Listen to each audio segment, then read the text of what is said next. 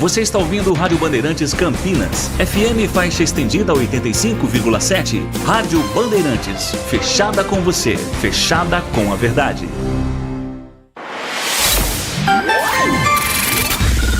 Manhã Bandeirantes.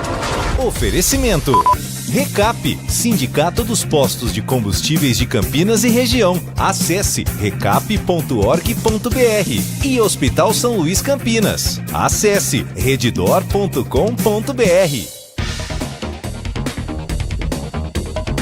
Agora são 10 horas da manhã, 1 minuto. Muito bom dia para você sintonizado aqui na Rádio Bandeirantes Campinas, em 85.7 FM. Acompanhou até agora, né, o Jornal da Bandeirante Gente.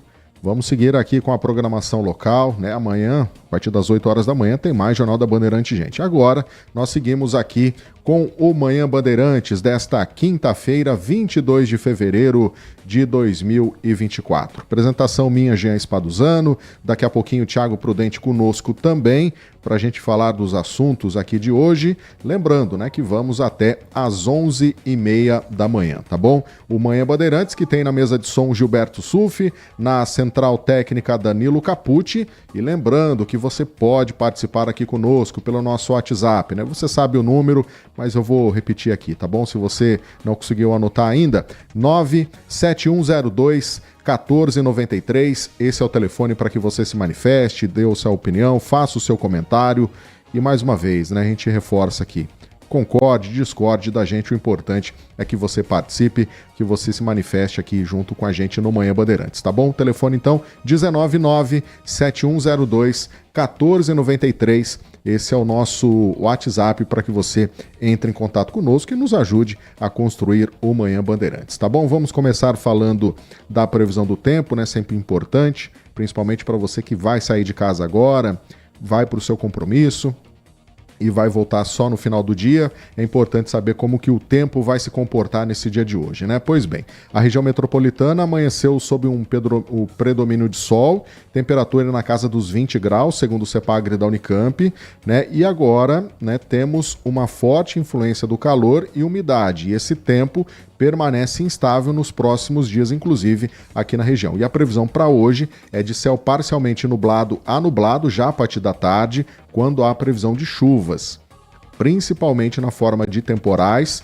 com rajadas de vento e granizo, tá bem? Então, muita atenção. Ontem choveu muito forte em alguns pontos aqui de Campinas, né? Como a gente já havia adiantado, então hoje há expectativa, previsão de novo período de chuva com rajadas de vento, granizo e até descargas elétricas, tá bom? Temperatura máxima prevista para hoje na casa dos 31 graus. Nesse momento, os termômetros marcando 26 graus, então dá para subir um pouquinho ainda a temperatura, mas com o decorrer do dia, né, e ao final, entre a tarde e a noite, previsão de mais chuva aí na nossa região, tá bom? Então fique muito atento em relação a isso. Vamos falar das estradas, você que circula pelas rodovias Anhanguera Bandeirantes, alguns pontos de atenção, é sempre importante a gente reforçar isso, né, que é importante manter o alerta também. Mais uma vez, né, obras de reparo em pavimento na rodovia dos Bandeirantes, na altura do quilômetro 42, isso para você que sai aqui do interior e vai com destino à capital paulista, uma faixa de rolamento está fechada devido a obras, então redobre a atenção. Ontem já havíamos falado disso, né, e essa obra continua ainda na rodovia dos Bandeirantes. Região de Jundiaí, trânsito lento, dos quilômetros 56 ao 50, tráfego intenso ali na região de Jundiaí, um ponto muito tradicional, né, que os motoristas enfrentam congestionamento, então redobre a atenção, e também dos 62 ao 60 na rodovia Anhanguera, ainda em Jundiaí. Na rodovia na Dom Gabriel, né, no quilômetro 64 ao 62, que é naquela troca, né, entre a Anhanguera e a Bandeirantes, também 2 quilômetros de lentidão. Chegada a São Paulo, um pouquinho complicada, tanto pela Anhanguera como pela rodovia dos Bandeirantes. Pela rodovia Anhanguera, lentidão de 1 quilômetro, dos quilômetros 12 ao 11, devido ao reflexo de congestionamento nas marginais. Então é importante você redobrar a atenção, né, e sempre procurar se antecipar ao seu compromisso para não chegar atrasado. Já a chegada a São Paulo pela rodovia dos Bandeirantes, a situação é um pouquinho mais complicada, um trânsito um pouco mais intenso, dos quilômetros 16 ao 13, lentidão também na chegada à capital paulista, devido ao reflexo, né, de congestionamentos nas marginais, então isso acaba trazendo um atraso para os motoristas. Nos demais trechos, segundo a concessionária Autoban, o trânsito vai fluindo sem dificuldades, sem problemas, tudo na mais perfeita tranquilidade. Então é aquela velha recomendação, né? Mantenha a distância do veículo à sua frente, com atenção, para que você chegue com segurança ao seu destino, tá bom? Então, a situação das estradas de momento é essa. Tendo atualizações, claro, nós vamos trazer aqui para você também no Manhã Bandeirantes. E falando de previsão do tempo, de estradas, hoje a gente vai começar esse Manhã Bandeirantes também falando de um assunto que a gente já falou essa semana, falamos semana passada e vamos continuar falando, né? A dengue. A situação continua preocupante, né? E agora, em meio a esse aumento do número de confirmados de casos de dengue aqui em Campinas, uma atualização que chegou até agora recentemente pela própria Prefeitura de Campinas, em relação ao número de pacientes internados por causa da dengue aqui em Campinas. No total, são 9 pacientes que estão internados, seja em hospitais das redes pública ou particular aqui da cidade nessa semana, tá? Segundo dados da Secretaria de Saúde, 133 pessoas precisaram ser internadas desde janeiro desse ano. 124 já tiveram alta, né, o que dá um percentual de 2,2% do total de casos registrados. O aumento das internações entre 1º de janeiro e 15 de fevereiro, no comparativo com o mesmo período dos anos anteriores, ocorre, segundo a Prefeitura, porque além de Campinas estar vivendo uma pandemia, agora a gente tem a circulação simultânea dos sorotipos 1, 2 e 3 do vírus aqui da dengue. Lembrando, né, que são 4 tipos e nós estamos sujeitos a pegar a doença 4 vezes, cada um desses tipos, então ficamos sujeitos a isso. Então a situação está preocupante, né, por isso que a gente reforça, faz esse alerta em relação aos cuidados com a dengue. E a circulação de mais um sorotipo do vírus da dengue em uma área pode aumentar, inclusive, o risco de casos graves da doença, especialmente em áreas endêmicas, onde as pessoas têm maior probabilidade de serem expostas aos múltiplos sorotipos ao longo do tempo. Então, gente, é aquela velha recomendação, né?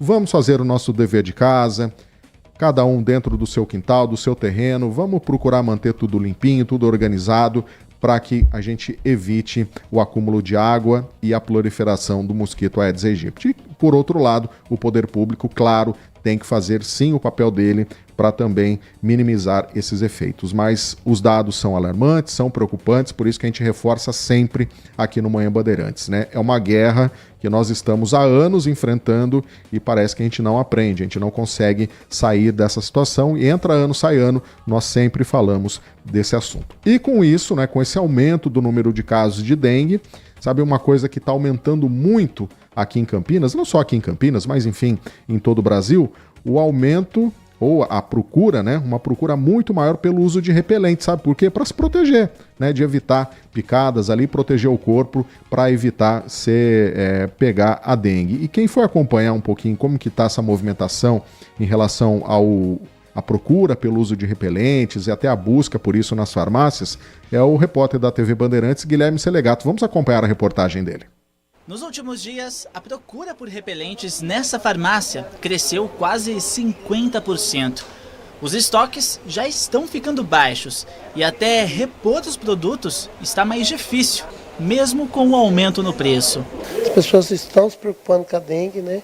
E a nossa cidade vive isso, né? Muitos casos de dengue. Não, hoje o estoque está baixo, né? Está até difícil de ser encontrado para reposição. Estamos procurando para ver se a gente encontra mais para poder pôr à venda. Um levantamento da Fundação Procon em 5 sites de farmácias, drogarias e mercados constatou um aumento médio de quase 16%. A comparação feita entre dezembro do ano passado e fevereiro deste ano mostrou ainda que a diferença de preço chegou a 84,19% para um mesmo produto em estabelecimentos diferentes. A alta dos preços de repelentes ocorre no momento de aumento de casos da doença. Campinas já tem 5.355 casos confirmados este ano. Produtos de uso oral, com princípio natural, repelentes. Será que existe um tipo adequado contra a dengue? A Agência Nacional de Vigilância Sanitária orienta a população sobre esses produtos adequados. Apenas aqueles com aplicação na pele e de uso no ambiente possuem eficiência comprovada. No caso dos produtos para a pele, a orientação é que o repelente seja aplicado diretamente nas áreas expostas do corpo. No caso das crianças, é preciso se atentar nas informações descritas no rótulo.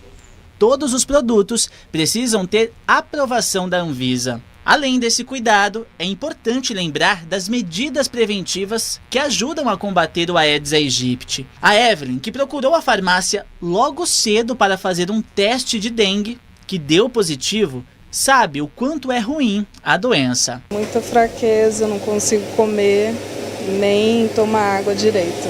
E agora quais são os procedimentos para tentar melhorar, ficar bem?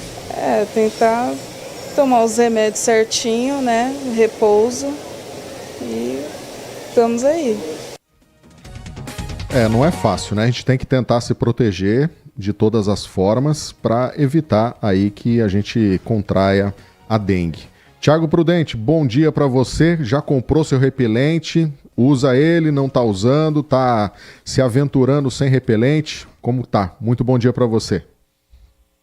Bom dia, Jean, os ouvintes da Rádio Bandeirantes. Não, eu não uso repelente, me dá alergia, então eu não acabo não utilizando. Eu fico me coçando inteiro, é pior do que ficar sem. Então, acabo não utilizando. E a gente abre, né, mais uma vez, né, Tiago, falando dessa questão da dengue, né, eu vim abrir aí com os dados, né, da prefeitura, divulgados agora há pouco. É sempre importante a gente atualizar também, né, os nossos ouvintes sobre tudo que está acontecendo aqui em Campinas. E mais uma vez, nessa semana, a gente falando de dengue, vamos continuar falando, até porque é uma função nossa, né, uma prestação de serviço, manter os nossos ouvintes também cientes de tudo que está acontecendo e como que a gente pode continuar enfrentando essa guerra e tentar minimizar os casos aí, porque ano a ano só vai aumentando e a perspectiva para 2024 é que a gente tenha uma explosão no número de casos, principalmente por causa dessa circulação do sorotipo 3 agora aqui em Campinas. E o alerta tem que continuar sendo dado porque a gente ainda está no período de chuvas, né? Então, se tem muita chuva ainda, que acaba aí aumentando o risco de focos no mosquito Aedes aegypti. Por isso que é importante fazer aquela prevenção em casa de verificar se não tem nenhum local com água parada. Acho que isso é um ponto importante, que geralmente a gente tem uma queda no número de casos com a chegada do outono e do inverno, que principalmente no sudeste brasileiro é um outono e inverno seco, né, Jean? Exatamente, né? Então a gente tem que ficar muito atento em relação a isso. Bom, são 10h13, hoje o Tiago Prudente vai com a gente até às 11 horas da manhã, depois ele tem outros compromissos, então a gente tem muito assunto importante aqui para a gente tratar, e são assuntos de interesse nacional, né? Enfim, que envolve aí muitos, envolvendo a política brasileira. Então a gente já vai entrar nesses assuntos aqui para a gente poder debater um pouquinho mais até com o nosso ouvinte. Para começar, Tiago, acho que a gente pode começar falando de ontem, né, que houve um encontro do presidente Lula com o secretário americano, o Antony Blinken, né? Ali, relações diplomáticas, também a conversa relacionada à declaração do presidente Lula envolvendo o Holocausto em Israel, enfim, tudo isso que a gente já detalhou isso durante a semana. E quem acompanhou um pouquinho de como que foi, traz um resumo para a gente dessa reunião entre o presidente Lula e o secretário americano Antony Blinken, é o Túlio Amanso. Vamos acompanhar a reportagem.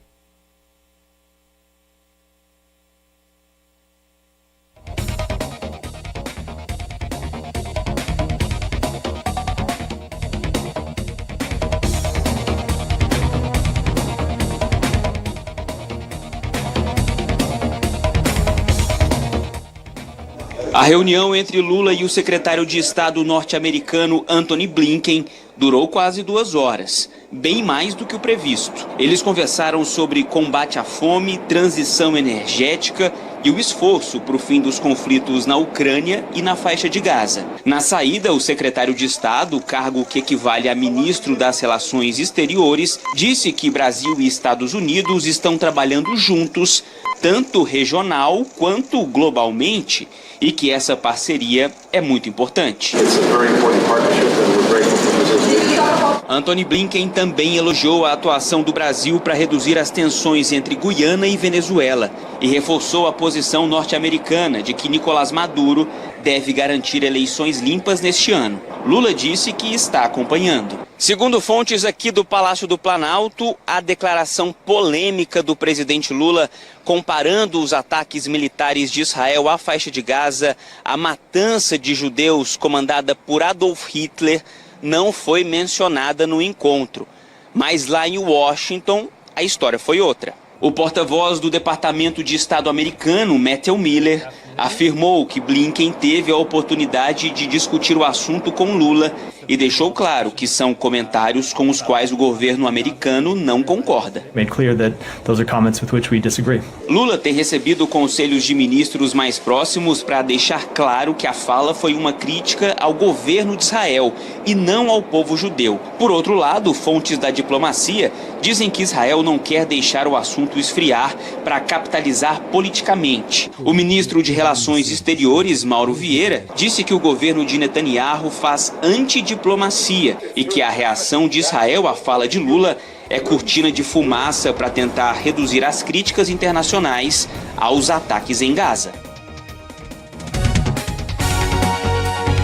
Aí, Thiago Prudente, portanto, né, um resumo aí de como foi essa reunião, né, até porque o Brasil está sediando a reunião do G20 também, né, no Rio de Janeiro, então por isso também a presença do secretário americano, assim como de outras autoridades de demais países, mas uma reunião que foi importante, mas diretamente esse assunto ali envolvendo a declaração do presidente Lula com o possível, né, o Holocausto, como colocou aí, fazendo essa comparação com o Holocausto da Segunda Guerra Mundial que Israel estaria cometendo ali contra o povo palestino, acabou não sendo abordado, mas indiretas sempre acabam surgindo numa situação como essa, né, Thiago?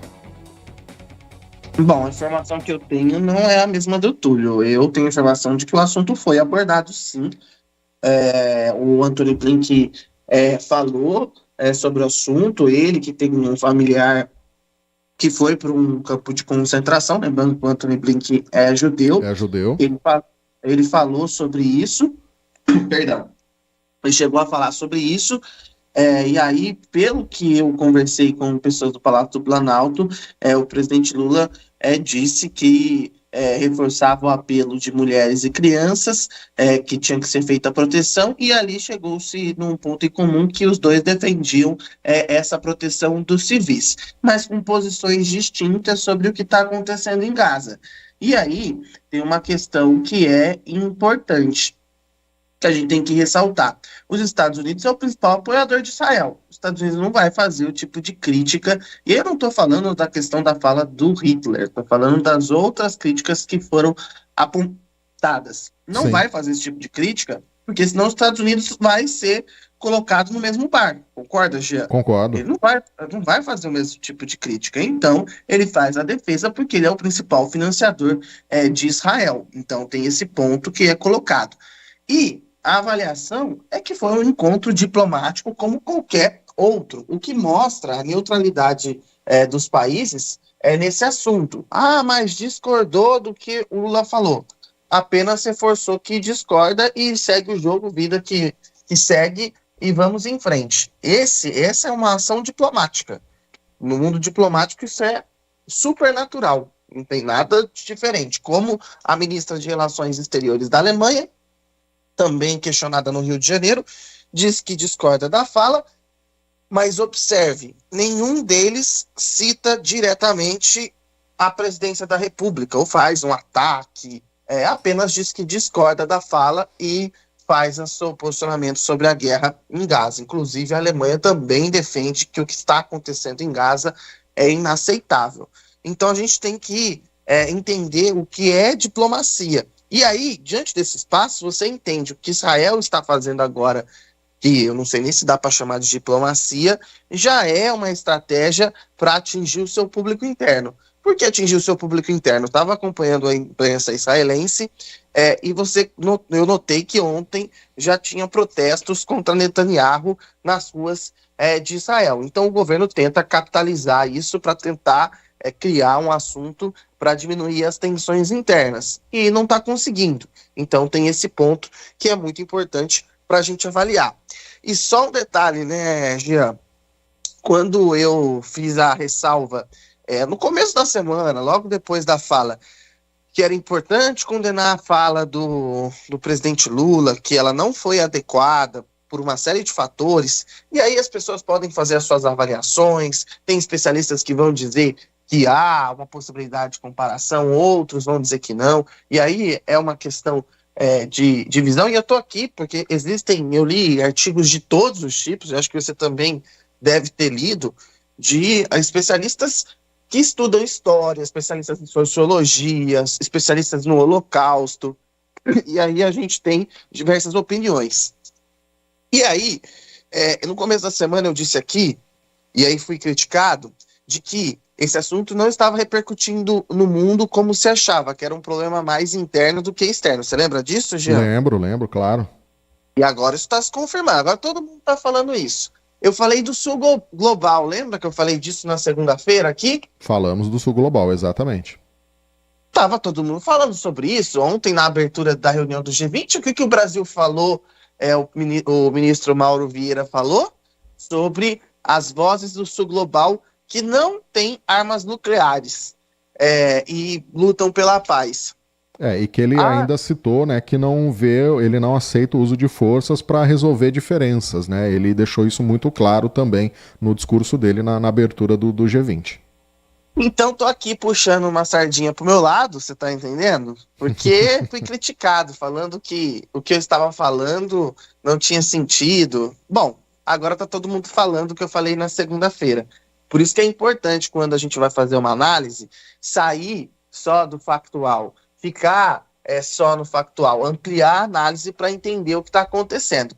Bom, agora tô tranquilo, você tá entendendo? Então, acompanhando na Rádio Bandeirantes aqui, a gente está sempre atento ao que está acontecendo. E para os ouvintes entenderem, antes de fazer uma análise aqui, um comentário, eu, no caso, eu estudo bastante, às vezes passo até a madrugada aqui, 4h30 da manhã, lendo para poder fazer um comentário, não é da minha cabeça que o comentário vem. Então, até porque a gente tem uma responsabilidade muito grande, né, de estar aqui no microfone da Bandeirantes, trazendo informação, fazendo comentários, né, a nossa responsabilidade é muito grande. A gente não está aqui numa conversa de botequim, que a gente está jogando conversa fora. A gente tem uma responsabilidade enorme, né, então a gente tem que não só medir as palavras que a gente vai usar aqui, mas também falar com argumentos, baseado em fatos, né, deixar isso muito claro para os nossos ouvintes. Aí se ele vai concordar ou não do nosso ponto de vista, é uma outra coisa, faz parte do jogo. Mas deixar claro que aqui tem muita seriedade no nosso trabalho. Exatamente. Então esse é um ponto importante. Então eu estou ressaltando aqui. O que se fala muito hoje é o que a gente comentou na segunda-feira. E agora também há uma mudança no tom da cobertura de que, olha, a fala tem que ser condenada, mas a gente também não pode esquecer dos civis que estão morrendo na Palestina. E foi isso que eu falei aqui. O que a gente aprendeu com essas tragédias, com esses episódios históricos de horror?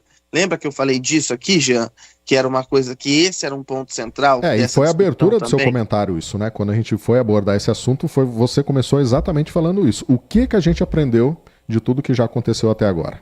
Né? E eu não tenho problema de fazer isso, a imprensa em geral precisa às vezes fazer uma autocrítica, porque a gente também foca às vezes em algumas questões que são adjacentes às emergências daquele ponto. Tá falando, não precisa condenar a fala do Lula? Claro que precisa. Precisa, de forma adequada, fazer essa condenação, fazer a contextualização, mas não esquecer o real problema do que está acontecendo no mundo, que é um conflito na faixa de Gaza que mata milhares de pessoas todos os dias. É um conflito na Ucrânia que mata milhares de pessoas todos os dias. São 171 conflitos nesse momento na Terra.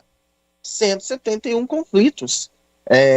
Nós temos problemas graves no Brasil de violência, de racismo, como o caso do Rio Grande do Sul. E aí, vou até dar uma cutucada aqui.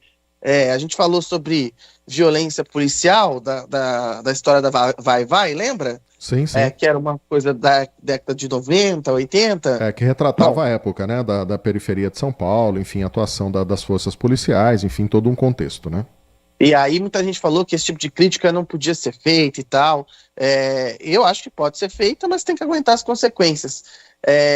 E aí o que é o episódio no Rio Grande do Sul, em que um homem negro foi atacado por um homem branco, e agora o homem negro corre o risco de ser indiciado por lesão corporal. E assim, com várias testemunhas dizendo que ele que foi o atacado. E fora os vídeos que circulam aí, que mostram como a Brigada Militar, que é como chama a Polícia Militar no Rio Grande do Sul, agiu. E não é da minha cabeça, não sei eu que estou inventando isso. Tem vídeos aí na internet, todo mundo pode conferir, várias testemunhas que viram o que aconteceu. Então, para a gente entender os contextos do que a gente fala, isso é muito importante. Eu acho que aqui na Rádio Bandeirantes a gente cumpre esse papel de contextualizar o ouvinte no que está acontecendo e não ficar só no senso comum e na superficialidade dos fatos. Então, acho que esse é um ponto central que a gente precisa focar. Não tenha dúvida. E eu falei aí sobre a abertura do G20, né, que inclusive citei a fala do ministro Mauro Vieira, falando que o Brasil não aceita o uso de forças para resolver diferenças. Então vamos acompanhar a reportagem do Fernando Davi, que está lá no Rio de Janeiro, né, repórter do Rio de Janeiro, e traz detalhes para a gente de como foi essa abertura e o que foi discutido também nesse primeiro dia de reunião do G20.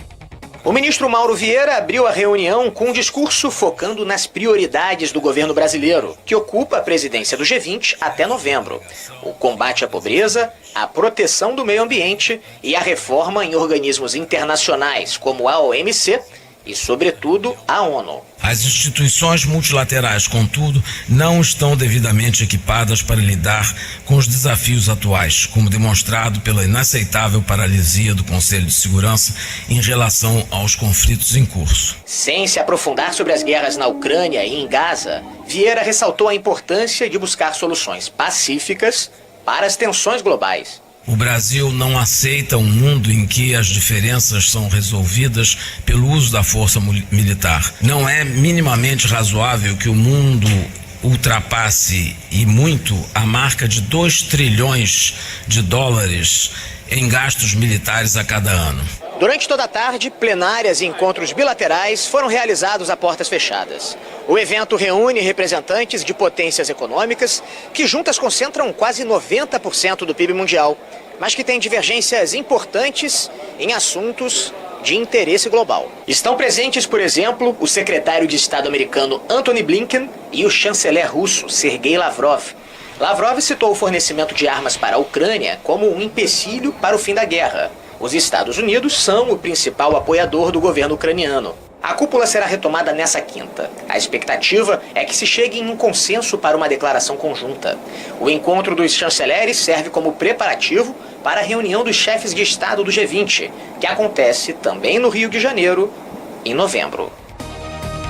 Aí, portanto, né, Thiago, só para a gente registrar, né, como foi os assuntos debatidos nesse primeiro dia, na abertura dessa reunião envolvendo aí o G20, importante para que o ouvinte também se situe nessa reunião que continua ainda no dia de hoje, e aí o ministro tentando marcar também uma posição, né, o ponto de vista do Brasil em relação aos outros líderes mundiais. Ali é um discurso num tom diplomático, eu acompanhei parte da reunião, e a gente vê que é um discurso que o Brasil reforça suas posições e não toca nessa crise bilateral que está acontecendo com Israel. O que demonstra que o Brasil não está muito interessado em escalar a crise. E isso é um ponto importante, porque é uma crise bilateral. A gente não chega a chamar de crise diplomática, porque aí seria mais amplo, seria com outros países também. Exato. É uma crise bilateral, então a gente tem que pontuar isso. Então, quando o Brasil ignora esse assunto, porque já tomou as medidas que tinha que tomar, Israel tomou e ultrapassou a linha da diplomacia, e não sou eu que estou falando, todos os diplomatas, sejam brasileiros ou de qualquer país, vão afirmar isso, o Brasil deixa eles falando sozinho. É basicamente isso que está acontecendo. Ontem o ministro, eu esqueci o cargo do ministro, soltou um vídeo de uma brasileira que estava no dia dos ataques e tal, em português e tal, fazendo críticas ao presidente Lula, e aí eu me lembrei de uma reportagem que eu fiz, Jean, do dia que o presidente Lula conversou com pessoas que tinham sido famílias de pessoas que tinham sido sequestradas, brasileiros que estavam que tinham passado por aquele ponto. E aí eu estranhei no vídeo que ela disse que não tinha conversado com o governo brasileiro. E aí eu fiquei pensando, talvez ela não tenha sido acolhida pelo governo brasileiro. E eu não estou aqui para colocar em xeque a fala dela, mas que o governo brasileiro conversou com familiares de vítimas do Hamas, conversou, porque isso eu me lembro bem, porque eu fiz uma reportagem sobre, entendeu? Uhum. E aí eu falei, bom, então a gente tem que colocar os pingos nos is aí. Isso aqui é de outra emissora, mas acho que é importante isso também ressaltar. E eu acho que é importante que o Brasil demonstra que não está muito interessado em ficar escalando a crise, né? E quando dois não quer... Dois não brigam. Quando um não quer, dois não brigam. Um não quer, dois não brigam. Exatamente. Exatamente. Então o Brasil tem ficado em silêncio agora e Israel tenta capitalizar, o que demonstra claramente que o governo de Israel tenta capitalizar principalmente os ministros que estão ligados à extrema-direita israelense, que vem dizendo não só não sobre o Brasil, mas para quem acompanha a imprensa internacional, principalmente a imprensa israelense, vem dizendo barbaridades, que não há outra definição sobre o que acontece em Gaza. Tem curiosidade de saber? Dá uma pesquisadinha, é fácil, entra nos jornais israelenses. Hoje tem muitos tradutores que fazem a tradução automaticamente para o português, para vocês observarem como é que está o clima em Israel. Lá tem jornais de vários espectros, jornais impressos, mas aí você consegue entender um pouco mais como é que está realmente o termômetro naquele país. Não tenha dúvida. Bom, são 10h32, nós vamos para um rápido intervalo comercial e daqui a pouquinho a gente está de volta com o Manhã Bandeirantes. Manhã Bandeirantes.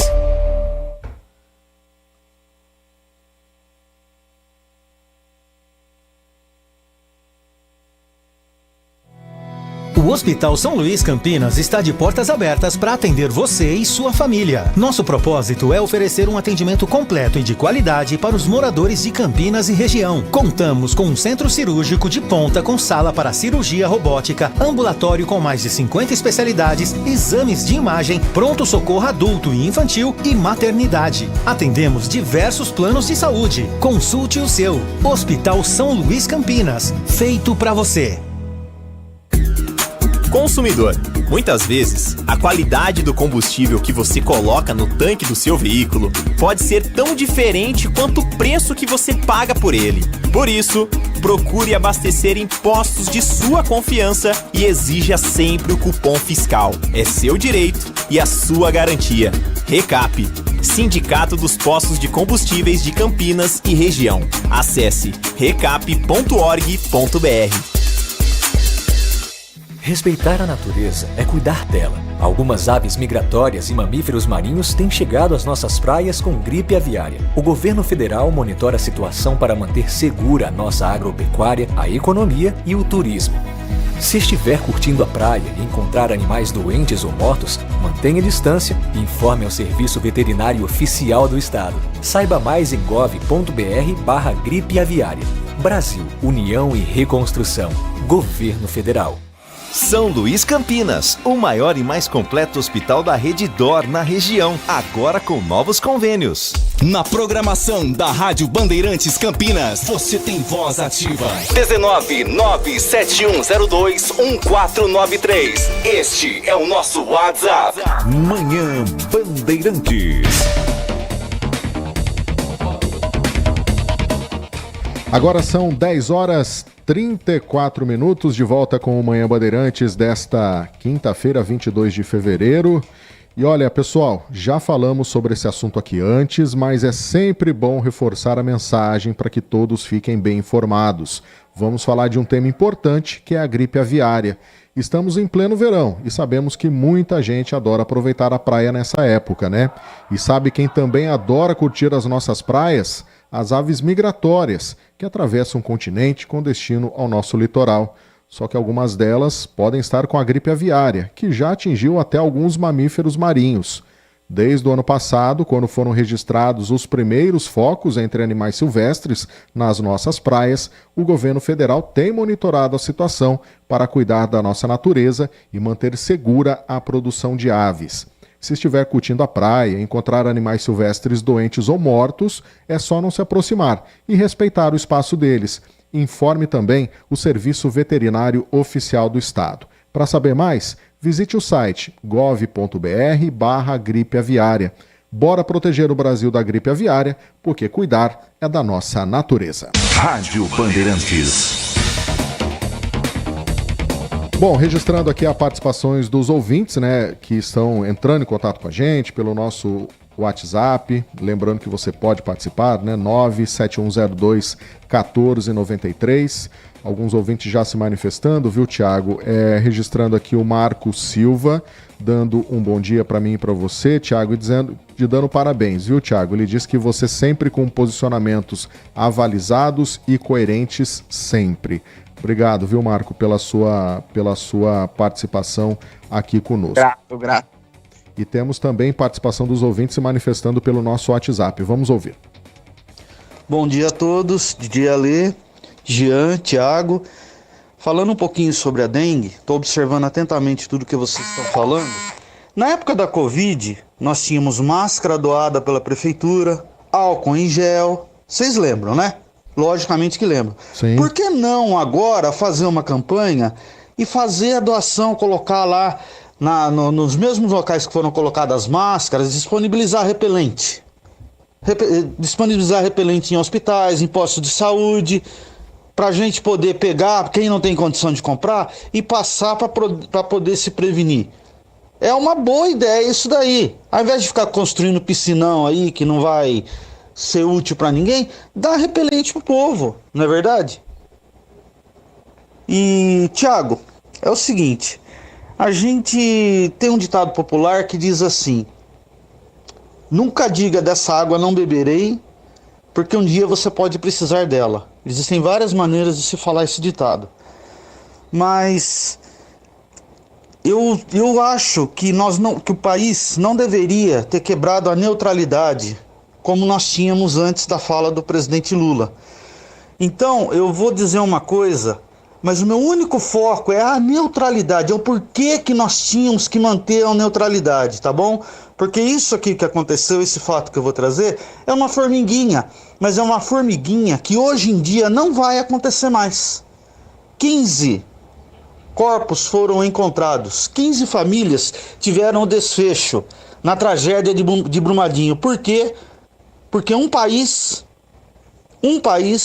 mandou 133 soldados do exército e encontraram esses 15 corpos para ajudar lá em Brumadinho, tá bom? Então eu pergunto a vocês, a minha pergunta, parafraseando Legião Urbana: que país é esse que deu essa ajuda? O foco é a neutralidade. Grande abraço a todos, Didi Alê.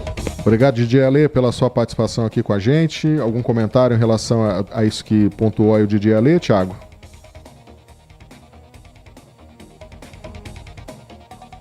O Thiago acho que teve um problema aí de conexão, a gente vai tentar restabelecer a conexão com ele. Registrando aqui também a participação do Adriano Vermelho, que mandou mensagem aqui pra gente dizendo o seguinte: a conclusão que chego depois de dias de afirmações e as tais famosas narrativas agora de acusação é que tanto um lado quanto o outro parecem que, de certa forma, no final tem razão. É tanta cortina de fumaça que a luz advinda do sol da verdade permanece escondida e, portanto, a penumbra da irracionalidade, a escuridão da ignorância entranha a visão lógica e torna obscuro o julgamento imparcial e justifica a intolerância dos que já vinham com os olhos fechados para a razão e para a lógica. Desejando um bom dia para a gente, o Adriano Vermelho. O Thiago voltou já? Ainda não, né? Então eu vou segurar aqui essa outra participação aqui que está envolvendo o Thiago. Então eu queria compartilhar com ele a participação aqui do Edivalmir Massa, esperar o Thiago retornar aí para a gente poder falar desse outro ponto de vista aqui do nosso ouvinte. Já de volta o Thiago, agora está nos ouvindo, né, Thiago? Perfeitamente aí? Eu acho que ainda não, viu, Geba? Vamos tentar restabelecer o contato aí com ele. Bom, mas antes disso, a gente vai trazer um assunto aqui que é importante no Manhã Bandeirantes, que envolve a questão da regulamentação, que agora é uma discussão que está em Brasília, que prevê uma regulamentação daqueles programas de milhas aéreas, sabe? Quando você compra pelo cartão de crédito, enfim, faz aquelas compras e acumula milhas. Só que depois está tendo muitos problemas, né? Companhias que acabam fechando, empresas que acabam fechando, e essas milhas, como ficam, né? Os clientes acabam ficando no prejuízo. Então existe agora uma discussão no Congresso para que se crie uma regulamentação sobre esse programa de milhas. E quem vai trazer detalhes para a gente sobre esse assunto é o Luciano Dias. Vamos acompanhar. Cerca de 700 mil vítimas. São pessoas que compraram passagens promocionais da 123 Milhas, mas não conseguiram viajar no ano passado. O calote virou caso de justiça. Alvo de diversas ações, a empresa entrou com um pedido de recuperação judicial, que foi suspenso no mês passado. Enquanto o caso não tem uma resolução e muitas vítimas aguardam por indenizações, a Câmara dos Deputados avança com um projeto de lei que pretende regulamentar os programas de fidelidade e as milhas aéreas. O texto deve ser avaliado nas próximas semanas. Entre as medidas que podem ser adotadas estão a proibição da cobrança de taxas adicionais, tornar os pontos ativos sem prazo de validade e autorizar a venda de milhas para outras pessoas ou a transferência para herdeiros.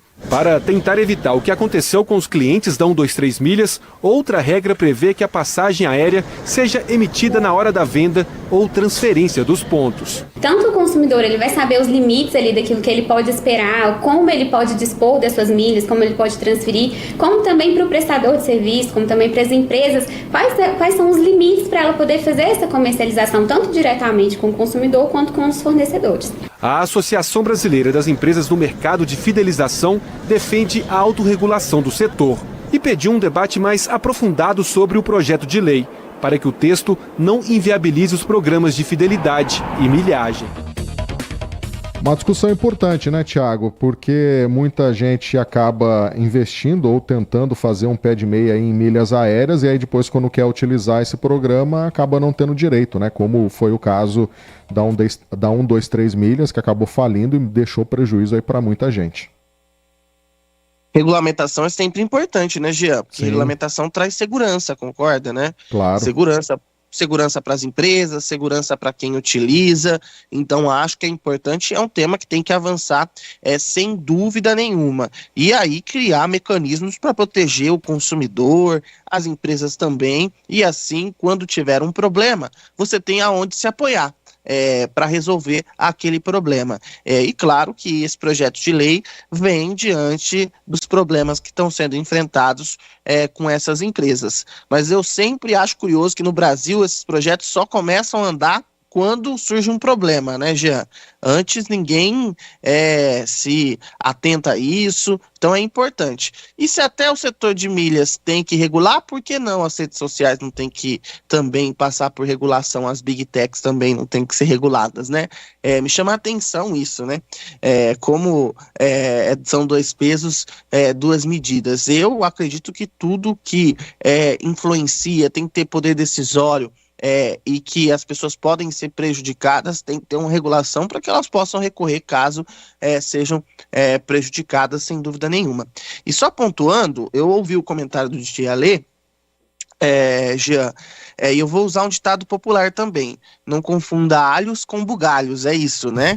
Que também, diz isso é um ditado popular, muito usado, inclusive, né? Por que eu tô falando isso, Dialê? Porque o Brasil e Israel não cortaram laços diplomáticos. Cortar laços diplomáticos é uma coisa. Esse tipo de ajuda que chega quando tem uma tragédia no país, não é pelo governo de plantão. O governo de plantão sempre usa isso como, olha, a minha boa relação com aquele país, mas não é isso. Os países assinam acordos, são signatários de acordos, de tratados. Então, quando acontecem tragédias, os países enviam ajuda.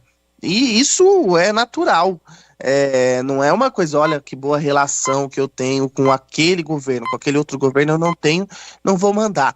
Não é muito assim que funciona. A diplomacia não tem esse tom que as pessoas imaginam. Não é um tom político partidário. Diplomacia é bem mais pragmática do que isso. E os países também têm os seus tratados e acordos para cumprir. E aí, essas ajudas são enviadas. O que aconteceu entre Brasil e Israel até agora foram movimentos diplomáticos. Aqui a gente tem que pontuar um exagero de Israel, porque saiu do protocolo diplomático, que a gente sempre fala, e tornou o presidente Lula persona não grata. O que significa tornar persona não grata? Diz que ele não é bem-vindo lá. Significa que rompeu relações diplomáticas com o Brasil? Não. Não significa nada disso. Então a gente precisa entender isso, porque senão a gente começa a ampliar o leque para algumas situações que realmente não fazem sentido. Se acontecer um rompimento diplomático, aí sim esse pensamento faz sentido. Do contrário, não tem respaldo na realidade.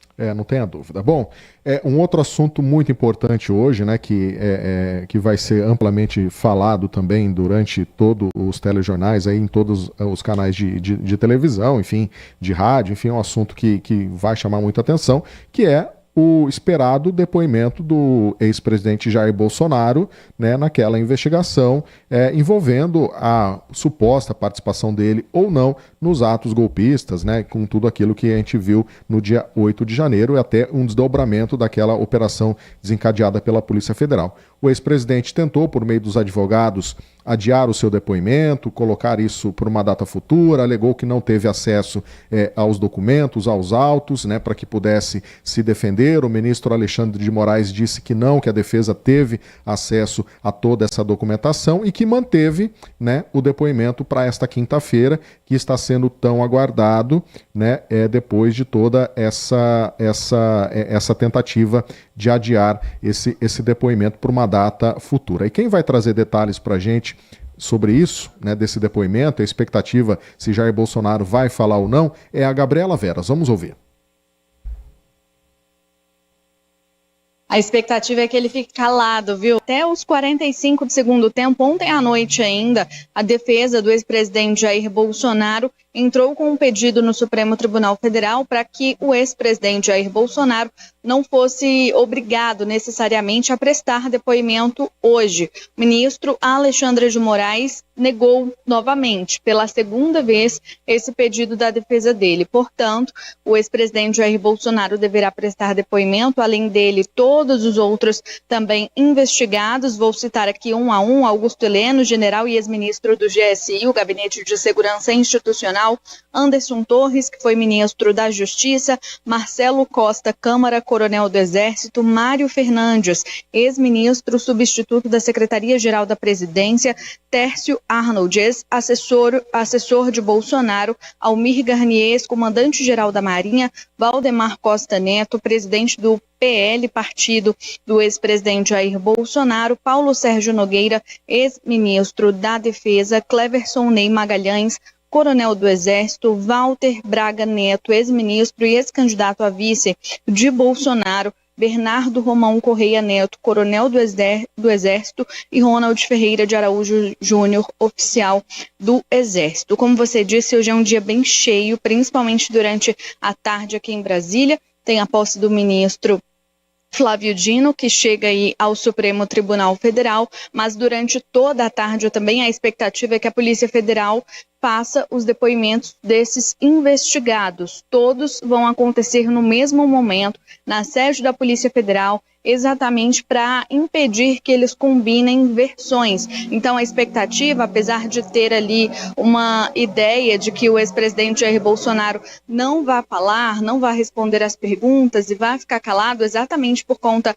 desses pedidos que a defesa dele fez ao longo da semana, há a expectativa de que seja uma tarde muito longa. Isso porque a defesa de Anderson Torres, do ex-ministro da Justiça e ex-secretário de Segurança Pública aqui do Distrito Federal, já afirmou que ele vai responder, ele vai falar todos os questionamentos que serão feitos aí pelos investigadores, pelos delegados da Polícia Federal, e que vai, portanto, prestar todos os esclarecimentos necessários. Então, a expectativa é que seja uma tarde longa aqui em Brasília. Vale a gente relembrar o porquê, o motivo deles estarem prestando esse depoimento. É um desdobramento daquela operação da Polícia Federal que constatou que o ex-presidente Jair Bolsonaro supostamente fez reuniões com os ministros, inclusive aqui no Palácio do Planalto, em julho de 2022, com o objetivo de tentar ali organizar um golpe de Estado. De acordo com essa operação da Polícia Federal, com essa investigação, eram 2 grupos que trabalhavam ali nessa ideia, nessa tentativa de aplicação de golpe de Estado. Um grupo que trabalhava com o objetivo de tentar ali descredibilizar o sistema eleitoral, as urnas eletrônicas, tribunais e principalmente a imagem dos ministros, e um outro grupo que trabalhava mais diretamente com a aplicação desse golpe, envolvendo inclusive aquela minuta chamada minuta golpista que foi encontrada na casa do Anderson Torres. Thiago, portanto, né, a grande expectativa hoje é em relação a esse comparecimento do ex-presidente Jair Bolsonaro nesse depoimento, se ele vai se manifestar ou não, mas além disso, né, eu acho que vai além dessa participação dele, desse comparecimento hoje à Polícia Federal, mas é o que a grande expectativa também acho que fica voltada não só para esse dia de hoje no depoimento, mas para o grande evento que ele convocou para o dia 25, no próximo domingo, em São Paulo, onde ele diz que vai se defender de todas essas acusações que estão sendo imputadas contra ele. Bom, vamos lá. Inclusive, ato que eu estarei presente, porque eu estou de plantão, então vou estar trabalhando. Então na segunda-feira vamos ter informações praticamente em loco, né? Ninguém me contou, eu estarei lá. Você estará lá acompanhando tudo, exatamente. Isso é muito bom. Vamos lá, então, entender esse ponto. Por que a Polícia Federal chama esses depoimentos de forma simultânea? Exatamente como a Gabriela explicou, para evitar combinações de versões.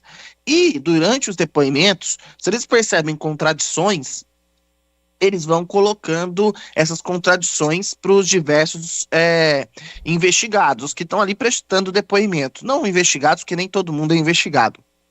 Para tentar entender exatamente, conseguir pegar ali contradições, elementos que não se encaixam, então tem essa importância. A defesa do presidente Jair Bolsonaro alega que não teve acesso aos autos. O STF alega que sim, teve acesso ao que é necessário e ainda usa o argumento dizendo que a defesa faz um pedido em cima de algo que ela já sabe que já foi determinado pelo STF, que é um padrão. Bom, dito isso, eu acho que a investigação segue. Hoje é só mais uma etapa dessa investigação, que dá a oportunidade das pessoas que foram alvo dessa operação Tempus Veritatis de darem as suas explicações, né, Jean? Ter direito ali a explicar o que a Polícia Federal vai questionar. A se defenderem, então, acho que né? faz parte do procedimento. É parte do procedimento. Ninguém está sendo levado em condução coercitiva, ninguém está sendo buscado em casa. Feio o pedido, houve ali uma negativa de se adiar o julgamento, e há advogados que defendem, Jean, que quando o cliente vai ficar calado, não há necessidade de que ele vá ao depoimento. Há essa linha de argumentação. Conversei com alguns advogados sobre isso, eles disseram, há essa linha de argumentação. Não é unânime, há uma discordância, mas é essa linha. Perdão. Então a gente pode ter também essa possibilidade. Eu conversei com uma pessoa da defesa do Bolsonaro, ele disse que não, que o presidente vai, só que ficaria calado pela última informação que eu tive. Então a gente tem que aguardar. Não adianta a gente ficar aqui fazendo... pensando, imaginando o que vai ser dito lá, porque a gente não tem como. Você tem bola de cristal aí, Jean, para saber o que vai acontecer? Eu não tenho. Então a gente tem que aguardar para saber como é que vão ser esses depoimentos, mas é uma parte importante. Geralmente, depois de depoimentos como esse, a Polícia Federal dá encaminhamento aos processos exatamente para propor indiciamentos. Pelo menos é assim todas as vezes que eu vi. Então a gente tem que aguardar para verificar como vai se dar isso. E aí tem uma outra discussão agora no momento, que é sobre a questão do Alexandre de Moraes, se ele deve ou não julgar esses processos. Por quê? Porque ele aparece ali nessa tentativa de golpe, alguns chamam de tentativa, outros já falam de uma articulação em ação, como um dos alvos. E aí o ministro Luiz Roberto Barroso, presidente do STF, negou até 181 pedidos de que Alexandre de Moraes estaria impedido de fazer esse julgamento.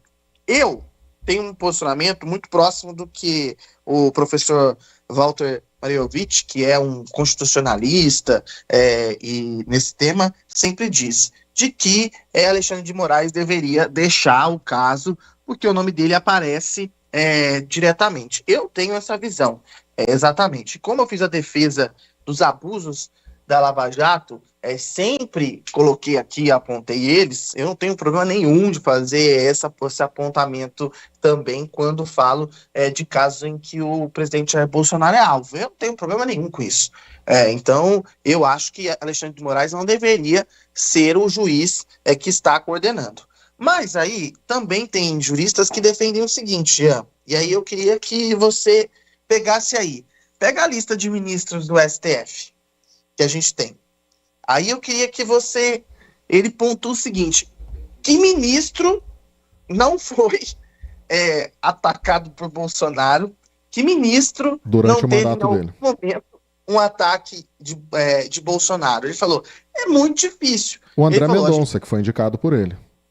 Exatamente. E até às vezes o que foi indicado por ele, você lembra que Nunes Marques foi atacado O em Nunes algumas foi, decisões. exatamente. Então, assim, ele falou, é uma situação complicada, mas eu ainda vejo que a saída de Alexandre de Moraes, pelo menos da relatoria do caso, seria importante. Porque depois não vai ser Alexandre de Moraes que vai julgar, né? Isso tem que ficar importante. Vai ser a corte como um todo. Sim. Aí a gente vai ter que declarar toda a corte impedida de Suspeita, julgar. né? Exatamente, uma outra avaliação a ser feita, né? E aí quem vai julgar? Eu acho que esse é um ponto importante que esse outro jurista, eu esqueci o nome dele, eu preciso pegar aqui, tá nos meus papéis aqui, que tá uma bagunça os papéis aqui, mas eu vou achar o nome dele. E aí ele faz esse ponderamento. Eu acho que é uma ponderação importante, mas eu ainda acho que Alexandre de Moraes teria que ser afastado da relatoria do caso, porque o nome dele está diretamente ligado, né, Jean? Nos documentos que vieram à tona, demonstram que ele era um alvo certeiro ali do golpe de Estado, né? Um alvo em potencial, né? Não tenha dúvida. Bom, são 10h57, a gente precisa ir para um rápido intervalo comercial e daqui a pouquinho a gente volta com o Manhã Bandeirantes. A gente tem muito assunto ainda para tratar aqui no programa de hoje. Você está ouvindo Manhã Bandeirantes. Oferecimento. Recap, Sindicato dos Postos de Combustíveis de Campinas e Região. Acesse recap.org.br. E Hospital São Luís Campinas. Acesse redidor.com.br. São Luís Campinas, o maior e mais completo hospital da Redidor na região, agora com novos convênios. LG Mota Imóveis. A Imobiliária Campiã em Vendas apresenta LG Mota Meg Store, o shopping de imóveis de Campinas e região.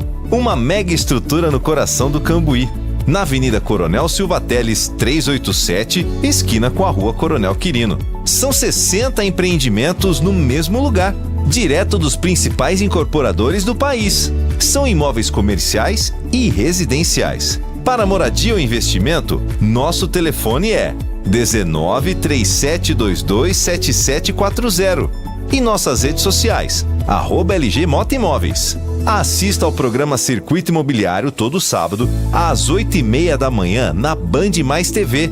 E ouça na Rádio Bandeirantes toda sexta e sábado, às 10 da manhã. O nosso maior patrimônio é o nosso cliente.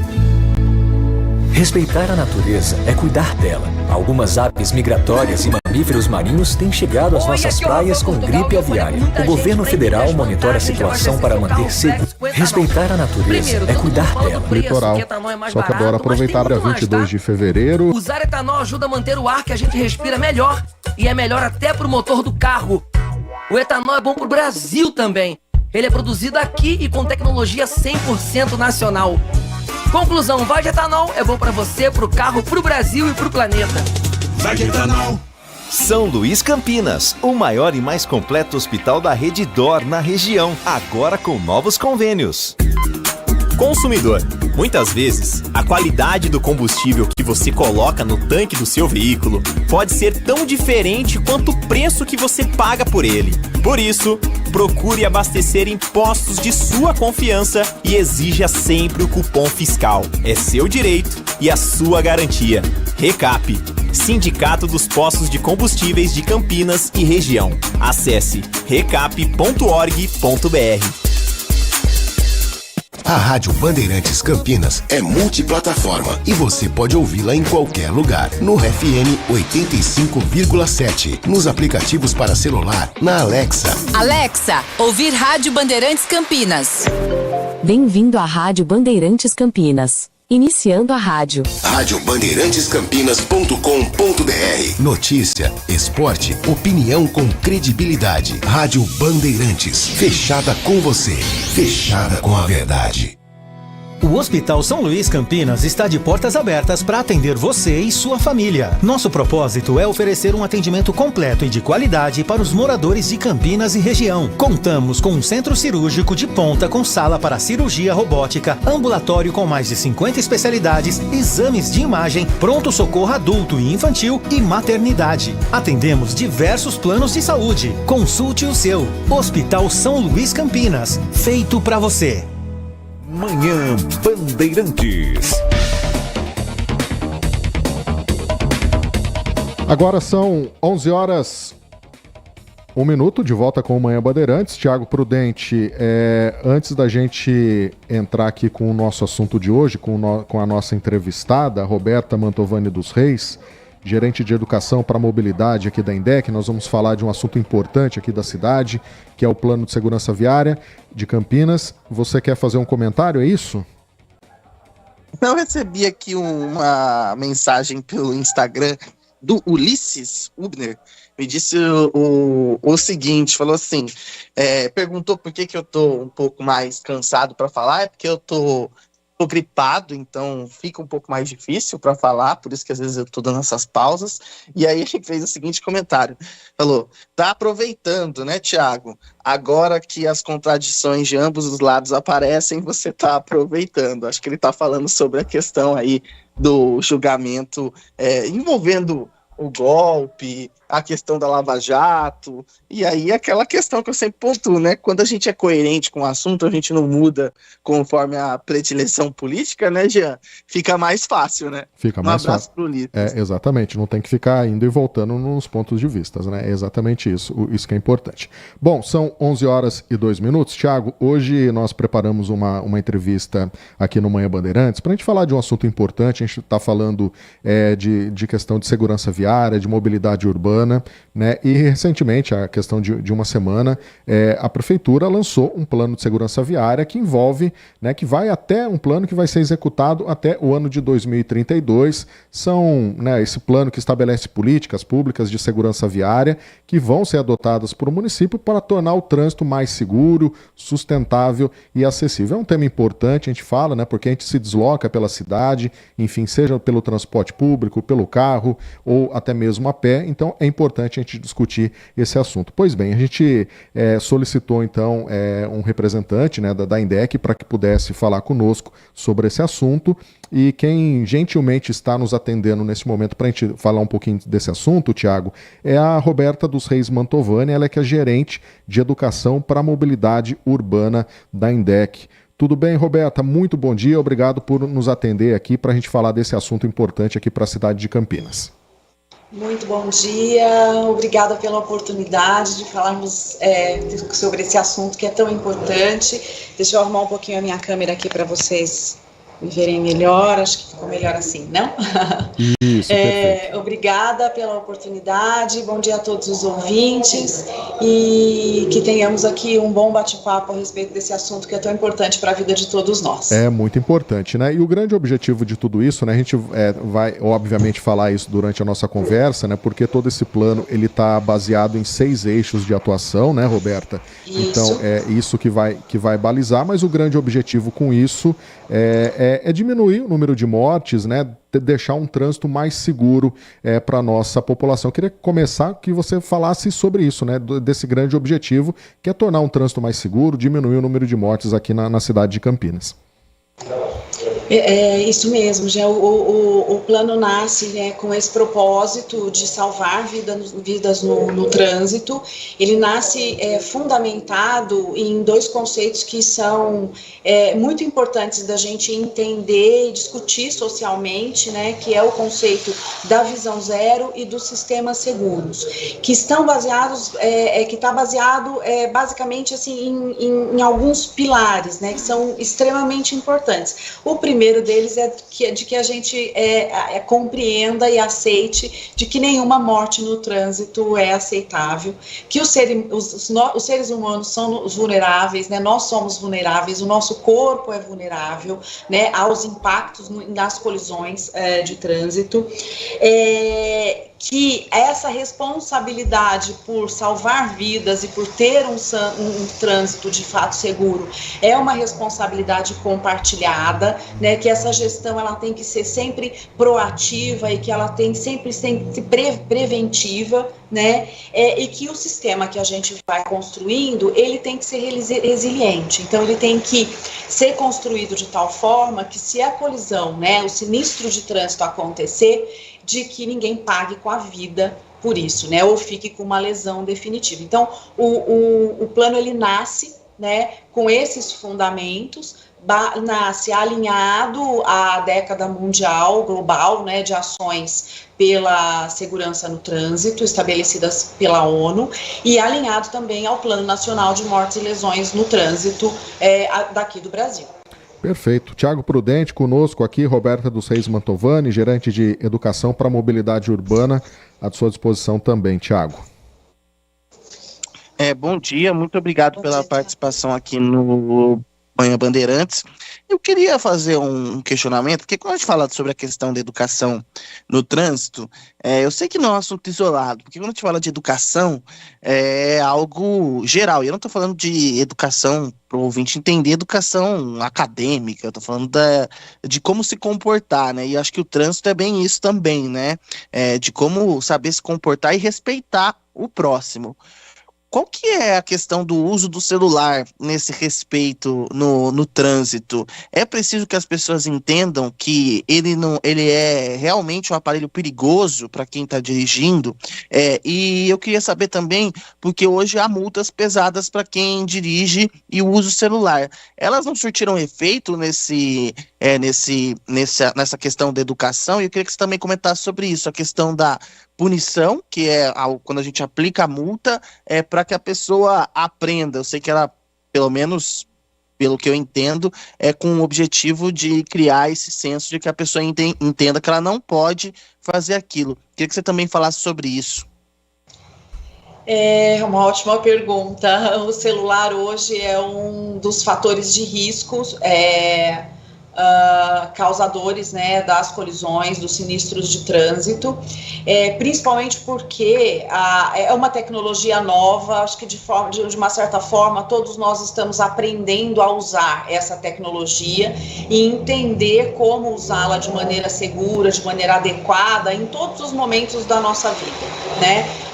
Esse aspecto ele passa de fato pela formação geral da pessoa, pelos hábitos cotidianos, passa também pela formação que a gente faz, por exemplo, numa formação de condutor, sobre a representatividade do celular como um fator de risco, de distração, né, que pode levar o indivíduo a se envolver em um sinistro de trânsito, e é uma cultura a ser trabalhada e construída, né? A gente percebe que existem pequenas modificações que vão ocorrendo nesse comportamento à medida que campanhas vão sendo realizadas e que o assunto, a gente consegue levar o assunto para um número maior de pessoas, mas ainda assim o celular de fato é muito utilizado. A gente observa as pessoas utilizando o celular para circular a pé e às vezes saindo da calçada e entrando na via sem perceber que mudou o território e correndo o risco de um atropelamento.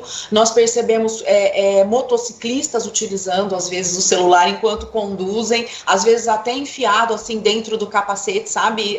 São situações assim bem, às vezes até inusitadas que a gente observa. E a gente observa os condutores de veículos de 4 rodas, né, utilizando também. O fato é que o celular, ele faz um efeito muito grande na sua capacidade de concentração e de atenção no caso de uma situação de perigo no trânsito. Então, ele é considerado um fator de risco exatamente por isso. Você modifica a capacidade da pessoa de tomar decisão, né? Quando você está falando no celular ou tentando digitar alguma coisa, a sua cognição não está voltada para a condução, né? Ou para o ato de circular. E há uma influência muito grande, inclusive, na audição e na visão, né? Você desvia o olhar e deixa de prestar atenção nos ruídos, né? No que está acontecendo à sua volta no trânsito. Então, é um tema importante de conversarmos. A gente tem levado esse tema para os programas permanentes de educação que nós temos no município, com escolas, universidades, enfim, nas ações e abordagens educativas que nós fazemos no cotidiano. E esse espaço para discutir sobre esse tema é muito importante, né? Então, o fato de falarmos, a sua pergunta é muito importante para isso, porque ajuda a ampliar essa voz, né, para a população, e são hábitos que a gente precisa desenvolver, né? Então, é possível você, no momento do seu deslocamento, deixar o seu celular de lado e atender as chamadas, responder ao WhatsApp e as perguntas depois que você parou, né?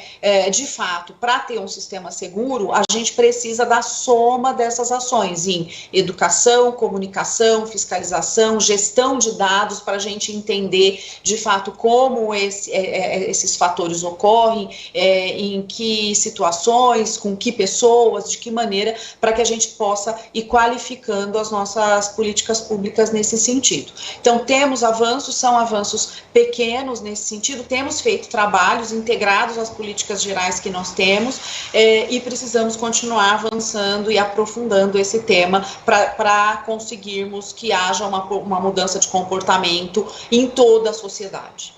Agora, Roberta, até pegando esse gancho, né, que o Thiago colocou dessa questão do uso do celular, se a gente for voltar lá atrás, quando o Código de Trânsito Brasileiro passou, vamos dizer assim, ter uma cobrança muito maior, o uso do cinto de segurança antigamente, não que não fosse obrigatório, mas não tinha um certo respeito quanto à utilização dele. E aí depois, quando veio o Código de Trânsito, com uma legislação um pouco mais rigorosa, que começou a ter a aplicação de multas, hoje você percebe que o cinto de segurança se tornou algo quase que automático, né? Você entra no carro e já coloca o cinto, embora muitas pessoas ainda cometam esse tipo de infração. Nessa questão do celular, você acredita que também é questão de tempo para que as pessoas deixem de ter esse mau hábito de usar o celular enquanto dirigem e aí sujeito a provocar acidentes, a atropelar alguém?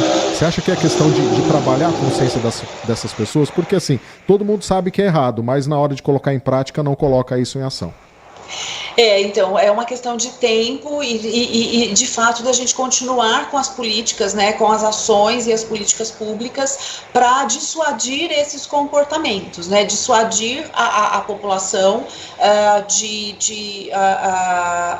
do hábito do uso do celular, né, no momento da condução, ou eu vou tratar aqui do momento da circulação, porque também é um fator de risco para quem está a pé, tira a atenção de quem, né, está caminhando pela cidade e pode colocar muitas pessoas em situação de risco ou de fato numa situação de ser atropelada, né? Então, com o tempo, a nossa expectativa e com as políticas previstas, né, até em alinhamento às questões que estão colocadas no próprio plano de segurança viária, é que a gente consiga dissuadir esses comportamentos e que a gente reduza o impacto do celular nas questões da mobilidade. E agora nós já estamos tendo mais pesquisas voltadas para esse assunto que nos ajudam, porque é muito importante para a gente que faz a gestão da mobilidade urbana, a gestão da segurança viária, basear as ações em dados, né? Basear as nossas ações em estudos científicos, em dados, em evidências. Então, à medida também que nós vamos aumentando essa massa de informações e de dados a respeito de cada um dos assuntos, nós também conseguimos traçar políticas públicas que são mais efetivas para determinados fatores ou para determinados temas, né? Então, eu acredito sim, acredito que é possível a gente construir, ampliar essa discussão, e mais do que tudo, é importante a gente discutir o que antecede essa questão, que é compreender como um fator de risco, né? Compreender para além da multa, para além, né? A gente fazer essa discussão, que é uma discussão cultural, né? Por que essa regra existe? Por que ela foi estabelecida dentro de um código, que é uma convenção social, né? Que é uma convenção para todos nós, para proteção. Né, é como todas as outras regras que estão estabelecidas dentro do Código de Trânsito, né? Elas existem para a proteção da vida daqueles que estão circulando, para garantir que ao compartilhar o espaço com o outro, você esteja em segurança e o outro que está compartilhando aquele território com você esteja em segurança. Então, é um trabalho contínuo, é um trabalho permanente, né? E que eu acredito sim muito que a gente pode ter resultados muito positivos com ele. Muito interessante. E, Roberta, nós temos aqui uma participação do nosso ouvinte. Ele quer tirar uma dúvida também com você. Ele está com uma pergunta aqui. Vamos colocar no ar para que você possa responder. Bom dia a todos, DJ Alê. Jean, eu teria uma pergunta para a entrevistada, não sei se dá tempo. É a seguinte, com relação às motos. Nós sabemos que as motos, a mobilidade é muito maior de um lado para o outro. É muito mais rápido do que um carro, entendeu? Porém, às vezes você está sinalizando para a direita, a moto vem com tanta velocidade que não dá para você ver. E passa num cantinho seu, assim, até assustando a gente. Às vezes a gente até tem um reflexo para puxar para a esquerda, né? Porque essa moto está passando. Ou você está andando numa boa, na velocidade da pista, de repente te passa uma moto que nem um raio do lado. Então, até agora, nós não temos assim aqueles corredores de motos específicos aqui em Campinas. Tomara que nunca tenha. Mas a minha pergunta é o seguinte, com relação à culpabilidade das pessoas entre motos e motoristas, a responsabilidade da moto não seria, enquanto não tem esse corredor de fluxo, andar atrás do carro? Essa é a minha pergunta. Aí, portanto, Roberta, a participação do nosso ouvinte DJ Alê, o que você pode falar em relação a isso? A questão de motos, né? Sempre um assunto bem delicado também para a gente estar abordando, né? Hoje a gente vê, infelizmente, uma conduta às vezes bastante perigosa por parte de muitos motociclistas, de fato não são todos, mas por parte de uma porcentagem de motociclistas. O local mais seguro para a moto circular ocupando a faixa de rolamento como os demais veículos, e cuidando principalmente dos pontos cegos, né? E quando você coloca, né, passa pela direita, passa pela esquerda, o que de fato acaba acontecendo é que o motorista, mesmo procurando pelo motociclista, às vezes ele não consegue enxergar o motociclista, dependendo de como ele está fazendo a manobra, da velocidade com que ele está conduzindo, do ponto onde ele está posicionado com a moto. Mesmo o condutor procurando esse motociclista no entorno do veículo, às vezes ele não consegue enxergar. Além disso, dependendo do tamanho do veículo, né, se é um veículo de 4 rodas, um veículo de passeio, se é um ônibus, se é um caminhão, esse ponto cego, ele aumenta ou diminui, ou ele é diferente, e ele impede que esse motociclista seja visto.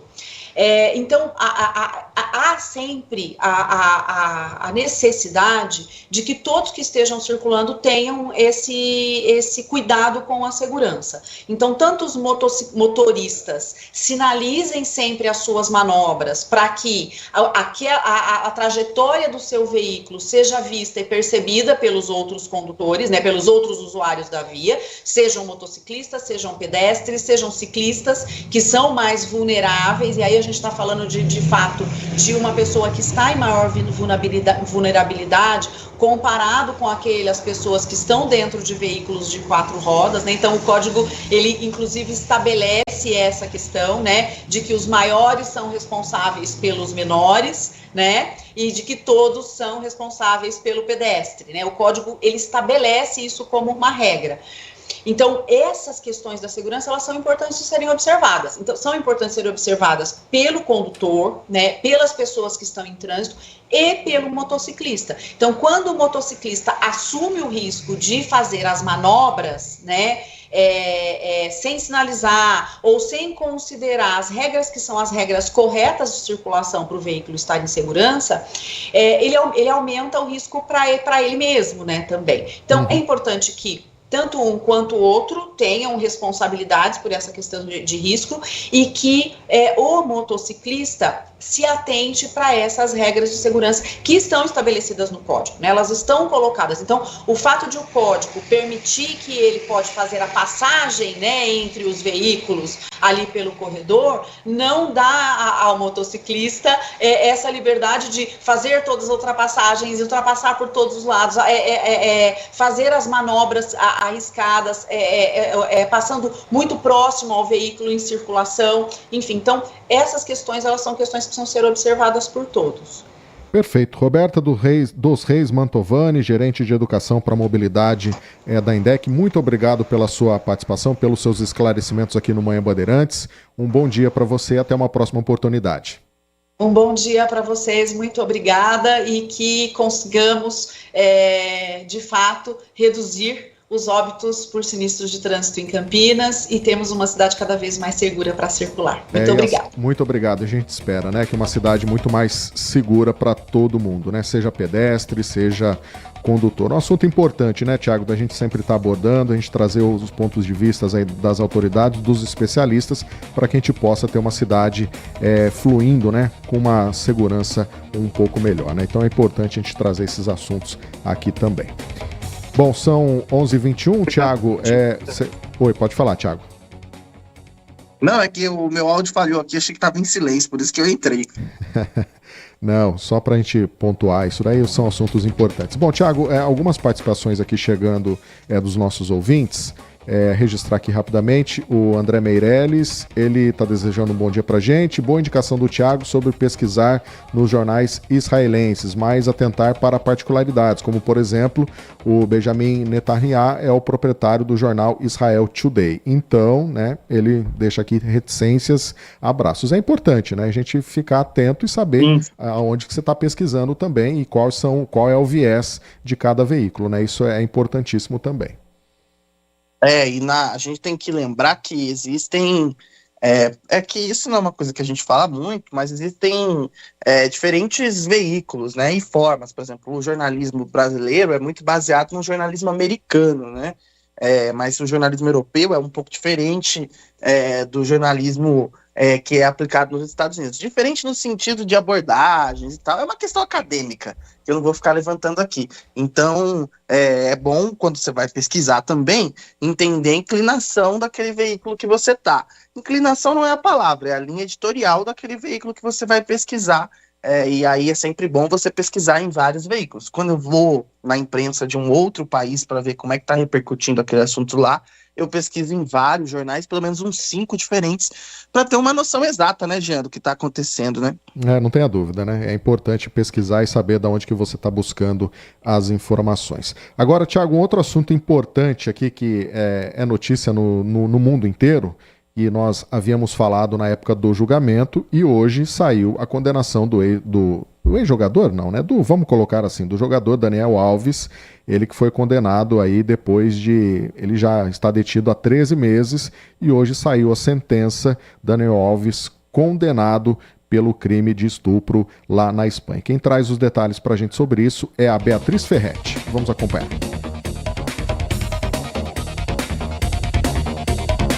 Uma condenação de 4 anos e meio, bem menos do que a acusação pedia, né? Eram 9 anos que a acusação da vítima estava pedindo, mas saiu essa decisão agora há pouco pelo Tribunal de Barcelona e cabe recurso. Ou seja, ainda não é uma decisão definitiva porque o ex-jogador deve entrar na justiça com um recurso para tentar aliviar, no mínimo, essa pena que foi determinada pela Justiça de Barcelona. Além dos 4 anos e 6 meses de prisão, o tribunal também determinou que o ex-jogador pague uma quantia equivalente a R$150 mil em danos morais e lesões para a vítima. O Daniel Alves também não vai poder se aproximar num raio de 1 quilômetro nem da casa, nem do local de trabalho da vítima. Além disso, depois de cumprir a pena, ele também terá de cumprir uma pena de liberdade vigiada de 5 anos. O tribunal disse que considera comprovada a história da vítima sobre o que aconteceu no banheiro do quarto privado da boate de luxo Sutton, em Barcelona.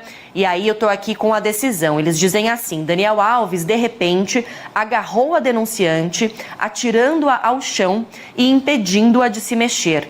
Penetrou-a pela vagina, apesar de a denunciante ter dito que não, ela queria ir embora.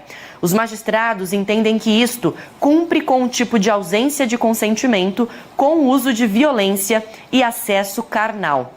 A decisão ainda completa que a jovem não apresentava lesões vaginais ou outras, mas o órgão, o tribunal, recorda que para a existência de agressão sexual não é necessário que ocorram lesões físicas, nem que haja indícios de oposição heróica por parte da vítima que sofreu a relação sexual. Então está aqui a leitura da decisão, condenando, portanto, Daniel Alves a 4 anos e meio, depois de 3 dias de audiência que aconteceram no início deste mês, entre os dias 5 e 7 de fevereiro. 28 testemunhas prestaram depoimento à justiça. O ex-jogador disse que estava embriagado, que não se lembrava exatamente do que tinha acontecido e que escondeu que teve relação sexual para salvar o casamento. A mulher de Daniel Alves também prestou depoimento em defesa do ex-jogador e corroborou com essa versão dele, dizendo que de fato o marido tinha chegado naquele dia embriagado em casa. Outras testemunhas corroboraram com a versão da vítima, o caso de funcionários da boate que disseram que viram de fato os dois entrando no banheiro, e 2 amigas da vítima que até agora teve a identidade preservada. 2 amigas contaram que também foram apalpadas por Daniel Alves naquela mesma noite de 31 de dezembro de 2022 na boate Sutton. E portanto, a decisão, o desfecho de tudo isso, os ouvintes se manifestando aqui. Thiago, a gente já está encaminhando para o final do programa, mas o Edvalmir Massa colocando aqui para a gente. Estão vendo como que funciona o judiciário nos outros países? Ele está apostando aqui. E o DJ Ale colocando: querem apostar comigo que quando o Daniel Alves sair, vão levar ele nos programas de televisão, ainda vão bater palmas para ele, ao invés de condenar? Esse é o Brasil, mas não pode ser assim, DJ Ale? Foi condenado e agora a condena vai cumprir essa pena aí por um pouco mais agora. Já está 1 ano e 1 mês preso, um pouco mais de 3 anos aí, caso o recurso dele não tenha êxito, ele teria que cumprir aí, portanto, mais 3 anos de detenção. Tiago, uma resposta que veio até de uma forma rápida, pela justiça espanhola, envolvendo esse caso de abuso sexual envolvendo o jogador Daniel Alves. Punição, que a gente aguardava, a justiça aí fazendo a sua parte na Espanha. E tem um detalhe, a pena foi diminuída, por causa do pagamento de uma indenização. O pagamento da indenização, exatamente. E esse dinheiro foi doado pelo Neymar, o Neymar fez a doação, a família dele, para ajudar o lateral, que ajudou a reduzir a pena de Daniel Alves. Eu não vou entrar no mérito dessa doação, cada ouvinte, eu tenho a minha opinião, mas eu vou guardá-la aqui, para mim, mas os ouvintes, cada um cria sua opinião aí, mas que a justiça seja feita e o Daniel Alves pague na cadeia pelos crimes que cometeu. E eu não duvido nada, o Didi Ale tem razão, não duvido nada que depois que ele sair da prisão ainda tenha gente que dê palco para ele ainda. É isso mesmo, Bom, são 11h28, Manhã Bandeirantes de hoje vai ficando por aqui. Peço desculpas a muitas mensagens, a gente não conseguiu estar registrando aqui hoje, mas muito obrigado aí pela sua participação. Thiago Prudente, até amanhã então. Amanhã, lembrando os nossos ouvintes, Manhã Bandeirantes a partir das 10h30 da manhã, tá bom? A gente espera você. E mais uma vez, Thiago, uma boa tarde para você e até amanhã então. Uma ótima quinta-feira para os ouvintes. A gente volta a se encontrar amanhã às 10h30. Um abraço a todos. Um abraço a todos. O Manhã Bandeirantes vai ficando por aqui. Você fica agora com as informações do esporte. Chegando aí o Nossa Área com o Carlos Henrique. Até amanhã.